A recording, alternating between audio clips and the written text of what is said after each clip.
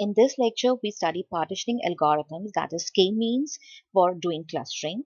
In this, we initially itself take the number of clusters which we want, say for example 4, and then divide whatever elements we have into those 4 clusters. You can look at the flow chart later on, but basically what the concept is, for example, if we have to divide these data points into 2 clusters. So we at random take any 2 centroids, we assume these to be the centroids. Then we find the distance of all these points from these centroids. For example, distance of this is closer to this as compared to this. So these points, they are closer to this point, so they will belong to one cluster. These points are closer to this point, so they'll belong to one cluster. So now these are one clusters and these points are forming one cluster. We again find the average of all these points and we find the new centroid. For example, this is the new centroid for this cluster. This is the new centroid for this cluster. And with these centroids, again we find out the distance of all the points from these centroids and then again classify them. We keep on repeatedly doing this process of finding out the centroid and classifying as per the distance from the centroid till the time there are no new centroids to be found, or till the time the grouping is not changing anymore. You will understand this better when we take up an example. How do we calculate the distance? The most common way of calculating the distance between 2 points is Euclidean distance. So what is the formula over here? If there are 2 points x1, y1 and x2, y2, the distance between them would be x1 minus x2 whole square plus y1 minus y2 whole square and under root of that. So for example, if we have points over here, say and you can extend this formula to any number of any dimension. So if it's a 3-dimension thing, you will have x, y, z as the coordinates. So over here we have an example 1, minus 1, 2, 3 as 1 point, 4, 0, minus 3 as the second point. So the distance between this Euclidean distance would be minus 1 minus 4 ka whole square, that is 5. 5 ka square is 25. 2 minus 0, that is 2 square, which is 4. 3 minus 3 minus 3, which is 6, and its square is 36, and the under root of that. If suppose we just have one dimension, that is x1 and x2, so what is going to be the case? X1 minus x2 whole square and under root of that. So that is effectively absolute value of x minus x1 minus x2. So 3 and 8, the Euclidean distance would be what? The absolute value of 3 minus 8. So using this Euclidean distance, now if we try to find out k-means algorithm, and always the number of clusters is going to be given to you beforehand. Suppose this is the data. If this is the data, let's say we assume that we take the very first element over here as one centroid 1 and when second element as centroid 2. If you do that, now what do? You find out distance of all these from centroid 1 and all these from centroid 2. Say distance 1. Distance 1 is going to be what? 2 minus 2, 0. 4 minus 2, 2. 10 minus 2, 8. And distance 2 would similarly be, say 12 minus 4, 8. 3 minus 4, 1. Remember, it's the absolute value. Once we have the distances, we find which one is smaller. For over here, distance 1 is smaller as compared to distance 2. Distance 2 is bigger here as compared to distance 1. Here, they are same. We can take it as anything. We can either take it as distance 1, we put it in cluster 1, depending, saying that distance 1 is smaller, or we put it in cluster 2.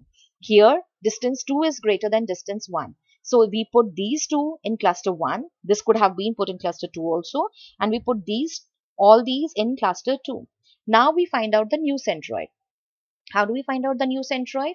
We take the average of all the values which are falling in one cluster. So 2 and 3, they belong to one cluster. So average of 2 and 3 is 2.5. Average of 4, 10, 12, 13, 20, 30, 11, 25. That is 16. This would be the second new centroid. So again, we repeat the same process. We have all the values. Cluster 1 is, centroid 1 is 2.5, centroid 2 is 16. Again, we find 2.5 minus 2, 2.5 minus 3, 2.5 minus 4, that is distance 1. 2 minus 16, 3 minus 16, that is distance 2. Again, over here in these three cases, distance 1 is smaller than distance 2. In all these cases, distance 2 is smaller than distance 1. So these belong to cluster 1, these belong to cluster 2. Again, we find out, take out the average of 2, 3, 4, 3 elements, 2, 3, 4, centroid 1. The average of all these elements as 18 as centroid 2. Again, we repeat the same process. Again, we find out distance 1, distance 2 as per the new centroid values. If we check out over here and take the averages, 4.75, 19.6 is the new centroid. We repeat this again. We get this over here. So you have 7 and 25 as the new centroid. Now, when we do it again one more time, again the entirely new same process. So 7 and 25, the centroids remain the same. Moreover, if we check out, there are 3 elements, that is 20, 30, 25 in cluster 2 and rest of them in cluster 1. So now from this table to this table, there is neither a change in centroid, neither is the change in the elements which are there in clusters. So at this stage, we stop our process and we have got our final clusters. Let's take up another example. This was an example in one dimension. So over here, these are what? There are two attributes over here. So you have two values, x values and y values. And we have to put them into two clusters. So if we are taking two clusters, we are taking two centroids. Suppose if we would have been asked to divide them into three clusters, so we could have taken first cluster, second cluster, third centroid. So if we start over here, again we take the first two as the centroid. So 1, 1 and 2, 1 is your centroid in this case. How do you find out the distance? You use the Euclidean value. For example, if we take out the distance over here from centroid 1, it is 1, 1.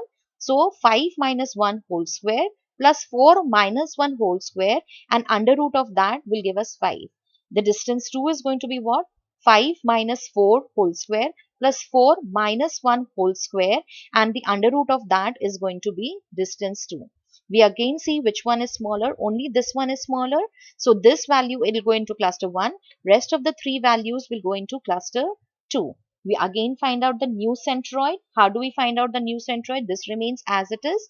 For this centroid, 2 plus 4 plus 5 divided by 3, that is average of these three, 3.6 is the x value of the centroid. 1 plus 3 plus 4 divided by 3, that is average of these three, 2.6 is the y value of the new centroid. So once you get this, again what is the process? You again find the distance 1 and distance 2 from centroid 1 and centroid 2 for all these elements. Now we see that these two values are smaller than this. These two values are smaller than this. So these two get placed into cluster 1. These two get placed into cluster 2. Again, we update the centroid value. 1 plus 2 divided by 2, that is 1.5. 1 plus 1 divided by 2, that is 1. This is the new centroid. 4 plus 5 divided by 2, that is 4.5. 3 plus 4 divided by 2, this is 3.5. If there would have been z also over here, suppose, we would have taken averages of z values also. So, this is the new cluster using the new centroid. New centroid, again we find the distance and again we get the same division of the elements in the cluster and we get the same centroids. That means what? Over here we need to stop our algorithm. We have got the desired clusters over here. We have to make a note of this when you are going to go through net or other examples from other places. Again, I remind you, it is not essential that you take the very first two values in case of two clusters or first three values in case of three clusters. Any value which you want can be taken as the start point for your centroid. Suppose if the clusters are 2, I can take this value as the first centroid and this value also as the second centroid. Or I can also take a value which is not a part of this. For example, I can take 3, 3 also as one of the centroids. I can take 4, 4 also as one of the centroids and I can start with that value also. No matter whatever is the starting centroid, ultimately they'll get divided like this only. Thank you.